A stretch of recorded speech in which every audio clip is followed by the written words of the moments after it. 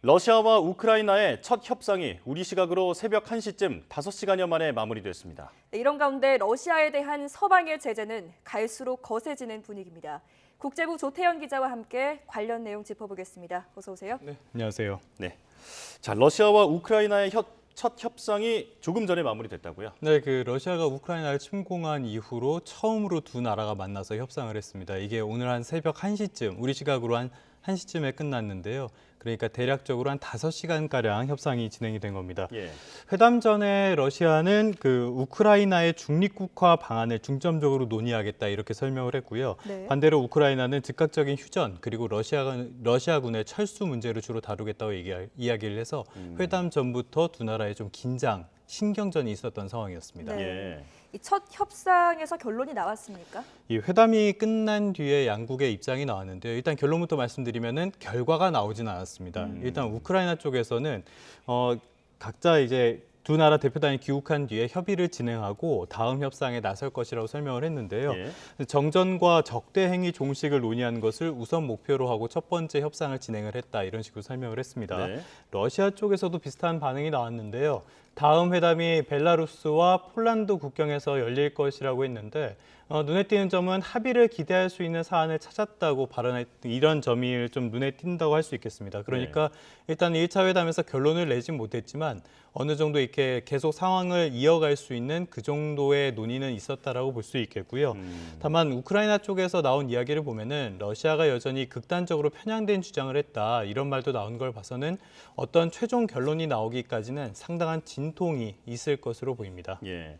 자, 이런 가운데 긴장을 러시아가 계속 고조시키고 있는 행위를 하고 있는데 네. 핵전력을 강화하라는 그 준비 태세에 돌입했다고요. 러시아 국방부가 밝힌 내용인데요. 푸틴 대통령의 지시에 따라서 핵전력을 강화 준비 태세에 돌입했다 이런 내용을 밝혔습니다. 여기서 이야기를 한 게 전략미사일군 그리고 북해함대, 태평양 함대 당직팀과 장거리 비행단 지휘부가 강화 전투 준비 태세에 돌입했다 이렇게 이야기를 한 건데요. 네. 그러니까 소위 말하는 3대 핵전력, 그러니까 대륙간 탄도미사일, 잠수함 발사탄도미사일, 장거리 폭격기를 운영하는 부대가 모두 비상사태에 돌입했다 이렇게 볼 수 있겠습니다. 예. 이 전날에 푸틴 대통령이 TV 연설을 했는데요. 서방 국가가 경제 분야에서 러시아의 비우호적인 행동을 하고 공격적인 발언을 이어가고 있다면서 핵전력 준비 태세 강화를 명령했다고 이야기를 했습니다. 네. 이 러시아의 우크라이나 침공 이후에서 서방에서 굉장히 강한 경제 제재를 하고 있거든요. 이런 거를 정면으로 표적으로 삼아서 이런 조치를 한 것으로 볼 수 있겠습니다. 예.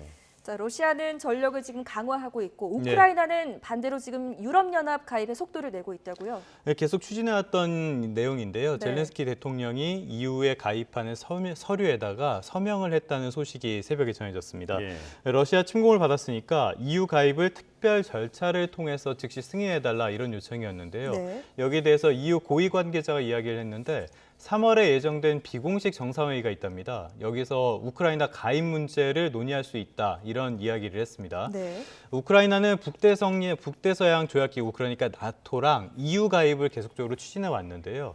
유럽 국가의 일원으로서 국가 안보를 보장받겠다 이런 계산이 좀 깔렸던 것으로 보입니다. 예. 그런데 EU가 지금까지 우크라이나의 가입에 대해서는 소극적인 면을 많이 보여왔는데요. 예. 아무래도 이 러시아의 영향력이 아직도 강한 데다가 내부적으로도 분쟁이 계속 이어지고 있기 때문에 이런 부분이 좀 원인으로 꼽혔던 것으로 보입니다. 그렇군요. 자, 러시아에 대한 서방의 제재도 갈수록 거세지고 있죠. 아무래도 이 경제 제재가 굉장히 강하게 러시아에게 좀 타격을 주는 방법으로 사용되고 있는 것으로 보이는데요. 미국 정부가 밝힌 내용입니다. 러시아 중앙은행과 국부펀드 그리고 러시아 재무부와의 거래를 전면 차단하는 내용을 발표를 했습니다. 네. 그러니까 러시아 중앙은행이 미국에 소유하고 있는 모든 자산을 동결하겠다 이런 뜻이에요.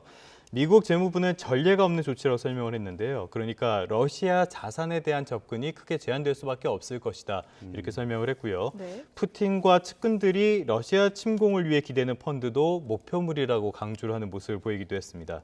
사실 러시아의 국부 펀드는 푸틴 대통령의 비자금이 아니냐 이런 이야기도 많이 나왔었고요. 예. 또 러시아 정치 부패의 상징이라는 평가도 좀 받아왔습니다.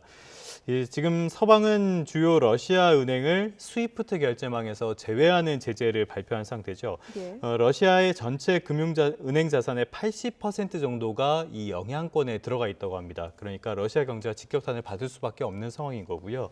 여기에 중립국인 스위스도 EU의 러시아 제재에 동참하기로 했다고 합니다. 2020년 기준으로 스위스에서 러시아인이 보유한 자산이 104억 스위스 프랑인데요. 그러니까 우리 돈으로 대략 13조 원 정도가 된다고 합니다. 예. 이 자산이 동결된다고 하고요. 영국은 연일 강경 대응 기조를 내놓고 있습니다.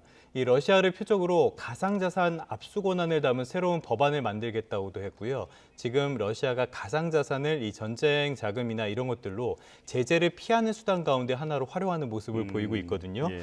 그리고 또 모든 항구에서 러시아 국적이나 러시아와 관련된 선박을 차단하겠다 이런 조치도 발표를 했습니다. 또 제재 대상뿐만이 아니라 그 대상과 거래하는 개인이나 단체에 대해서도 제재를 부과하는 이걸 세컨더리 제재라고 하는데 네. 이것도 좀 검토하겠다 이렇게 밝혔고요. 네. 이 서방의 경제 제재가 계속 강화가 된다면은 아무래도 러시아의 경제는 상당히 좀 타격을 받을 수밖에 없을 것으로 보입니다. 네. 자, 이런 서방의 제재에 러시아도 맞서서 보복 조치에 나섰죠. 지금 서방 국가는 러시아 항공기의 영공 진입을 차단한 상태입니다. 예. 여기에 대해서 러시아도 똑같은 방식으로 보복 조치를 내놨는데요. 러시아가 36개 나라의 항공사에 러시아로의 항공편 운항을 제한하기로 했습니다. 그런데 일단 미국은 빠졌고요. 우리나라 같은 아시아권 국가들도 포함되지 않았습니다. 네.